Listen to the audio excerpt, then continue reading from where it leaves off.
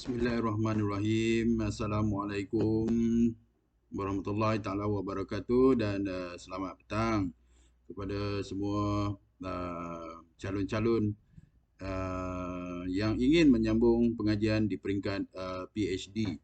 Okey. Saya Dr. Syahrul daripada USM. Okey.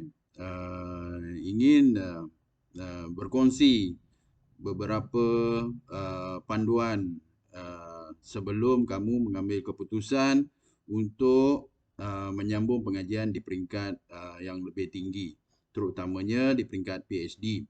Okey. Ada beberapa perkara yang kita perlu nilai sebelum kita mengambil keputusan mendaftar secara rasmi di universiti-universiti tempatan. Jadi perkara-perkara tersebut saya bahagikan kepada 4 perkara utama ya. 4 perkara utama yang perlu kita timbang tara, yang perlu kita nilai, yang perlu kita suluh kepada diri kita. Ya. Perkara-perkara ini amat penting kerana dia akan membawa kita punya kewibawaan kita sebagai calon PhD. Yakni calon yang akan memperolehi doktorat, okey, ijazah sarjana tinggi, okey. Jadi antara 4 perkara penting yang ingin saya bercakap sedikit pada petang ini adalah menyentuh tentang satu, pengurusan diri. Yang perlu kita tahu adalah pengurusan diri. Kedua adalah suasana tempat kita bekerja ataupun suasana tempat kita melakukan aktiviti-aktiviti penulisan. Okey. Dan ketiga, kaedah kita berkomunikasi. Dan keempat adalah penulisan tesis. Okey. Ini antara 4 perkara penting yang perlu kita sedar, yang perlu kita organize, yang perlu kita susun, yang perlu kita ambil sebagai satu perkara yang amat serius sebelum kita mendaftar sebagai calon pelajar PhD. Okey.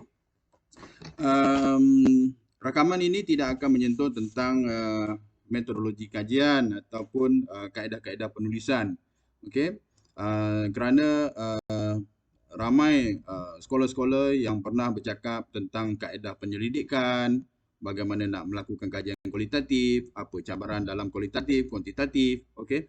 Jadi rakaman ini hanya bercakap tentang persediaan asas ya, seperti yang dijelaskan sebentar tadi, adalah perkara asas yang perlu kita ambil kira, yang perlu kita bagi perhatian sebelum kita menyambung pengajian di peringkat PhD. Okey. Dan suka saya maklumkan juga ini adalah rakaman yang tidak bersifat formal dan saya tidak menyediakan sebarang slide. Dan pada keadaan sekarang saya berada di saya punya ruangan peribadi saya. Okey. Jadi saya hanya ingin berkongsi, kan? Bukan secara rasmi, tetapi apa yang saya selalu temui dan apa yang saya alami sendiri pada waktu dan ketika di mana saya menyambung pengajian. Okey. Ini adalah nasihat, boleh juga sebagai panduan, boleh juga boleh jadikan sebagai perkara-perkara yang perlu kita fikirkan sebelum kita menyambung pengajian di peringkat PhD. Baik. Perkara yang pertama yang ingin saya sentuh adalah tentang pengurusan diri, seperti mana yang saya jelaskan tadi. Pengurusan diri. Pengurusan diri ni, okey, berdasarkan nota yang saya catatkan di depan saya ni, perkara pertama yang perlu kita sedar, yang perlu kita akui, kita apabila kita nak menyambung PhD, perkara yang pertama yang perlu kita sedar bahawa kita bersedia untuk menjadi sebagai seorang pelajar. Okey. Walaupun pada ketika yang sama kita mempunyai banyak pengalaman dalam kerja ataupun mempunyai banyak pengalaman dalam kita punya bidang dan kita very expert, sangat-sangat talented dalam kita punya bidang kerjaya kita ataupun bagi sesiapa yang telah bekerja, okey. Jadi kesedaran diri sebagai seorang pelajar ini dia menyebabkan kita akan membuka ruang input ataupun knowledge baru yang akan masuk kepada dalam diri kita. dengan cara yang uh, lebih bijaksana. Maksudnya dekat sini, pengalaman itu penting, okey.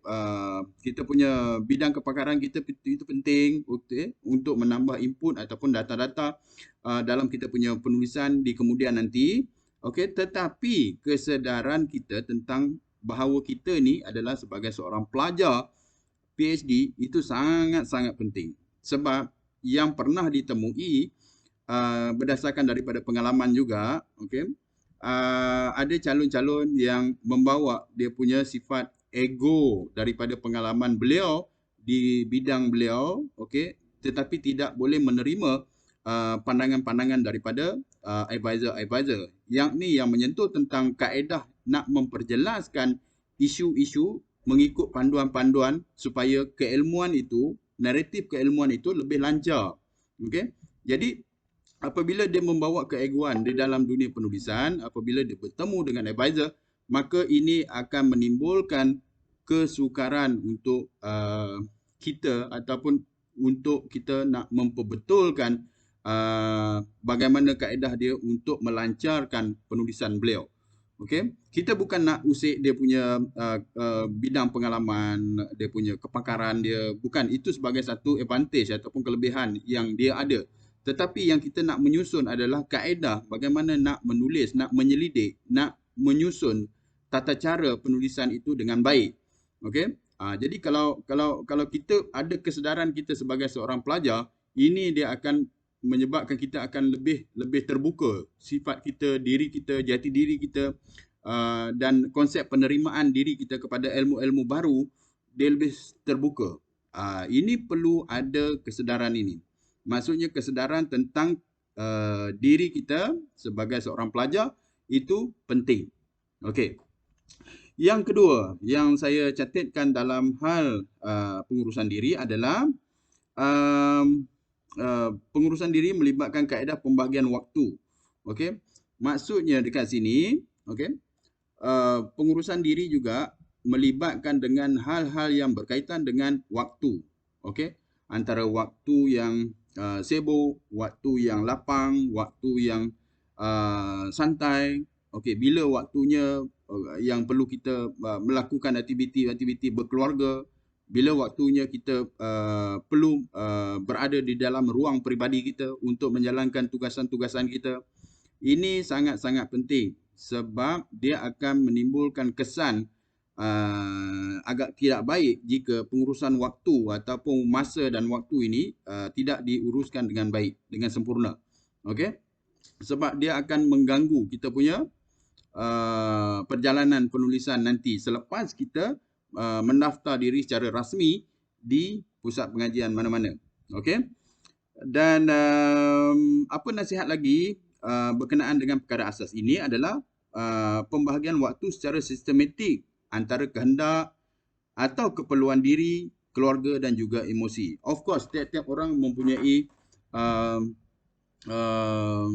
pelbagai masalah yang saya tidak boleh sebut ataupun sebab tiap-tiap orang ada dia punya masalah peribadi dia. Okey, ada masalah keluarganya, ada masalah anak-anaknya, ada masalah dengan majikan, ada masalah tentang bagaimana untuk nak mendapatkan sumber penyelidikan.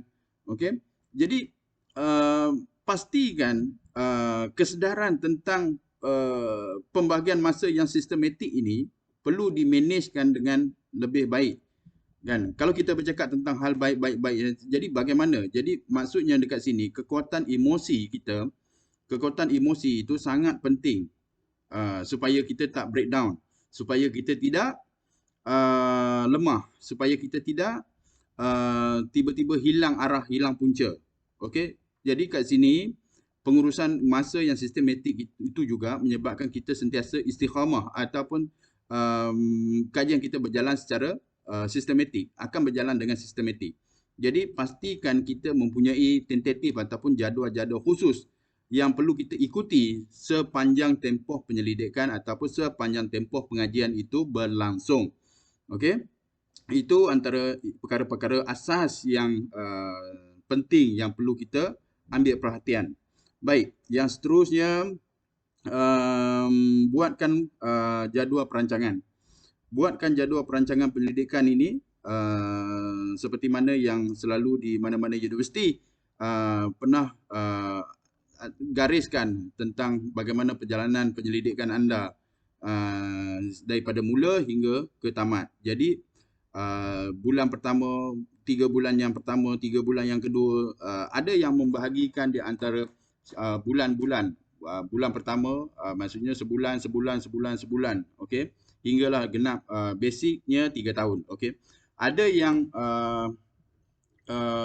meletakkan 3 bulan sebagai fasa pertama dalam dia punya tempoh pengkajian beliau. 3 bulan pertama, 3 bulan kedua, 3 bulan yang ketiga, 3 bulan yang keempat, hinggalah tempoh pengajian selama 3 tahun. Okey, maka setiap 3 bulan itu dia perlu penuhkan jadual tersebut mengikut chapter-chapter ataupun mengikut tentatif tajuk-tajuk yang dia telah rancang mengikut dia punya perkembangan penulisan. Maksudnya dia mesti bergerak selari. Dekat sini yang kita akan jumpa segala masalah-masalah yang akan datang.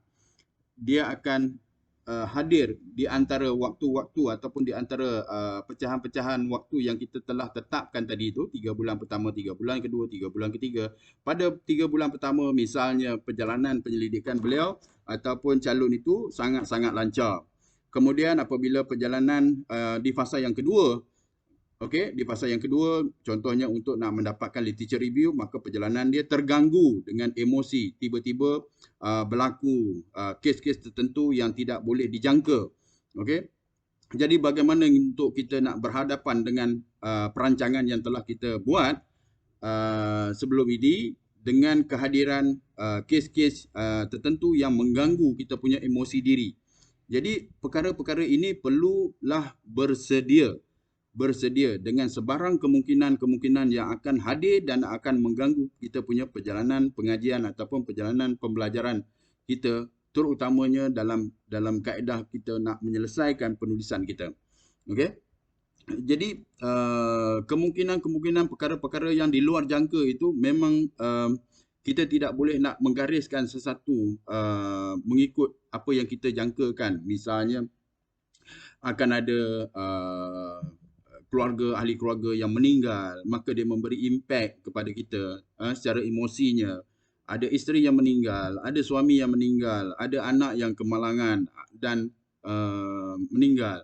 Ada ibu bapa yang kurang sihat, yang perlu diuruskan dengan baik.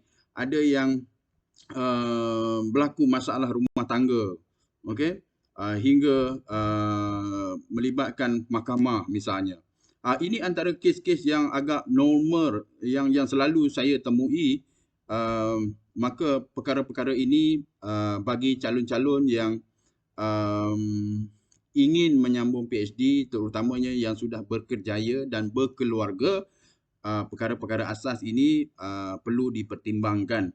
Bukan maksudnya kita nak menghalang, tetapi perlu mengambil sikap bersedia dengan sebarang cabaran yang akan datang dalam tempoh pengajian 3 tahun tersebut. Okey. Antara lain yang saya catatkan dekat sini, okey,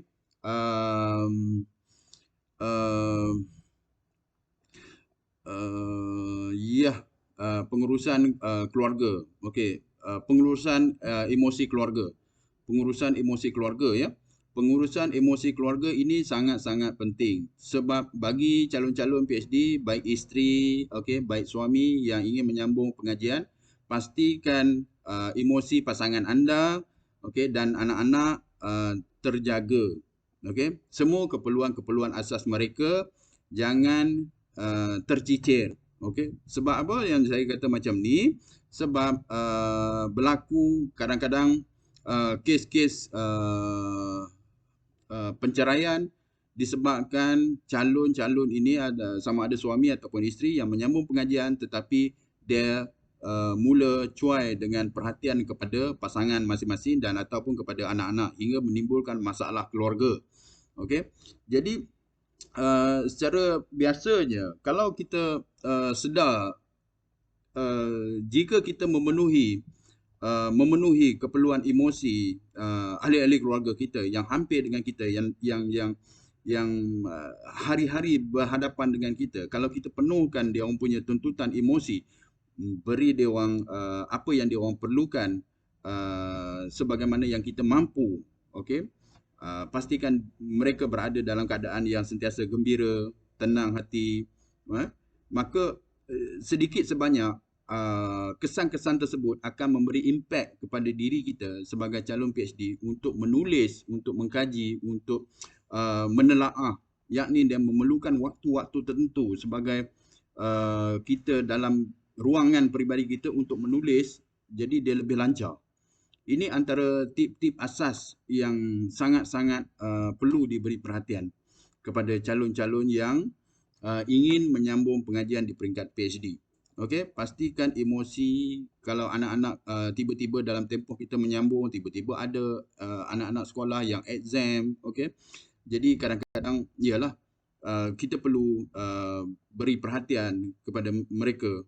Kadang-kadang ada yang tiba-tiba gagal dalam exam. So bagaimana emosi dia orang terganggu dan juga dia akan mengganggu sedikit sebanyak akan mengganggu emosi kita. Jadi banyak kes-kes ini sering berulang kali bagi calon-calon yang menyambung PhD yang pernah saya temui. Okey.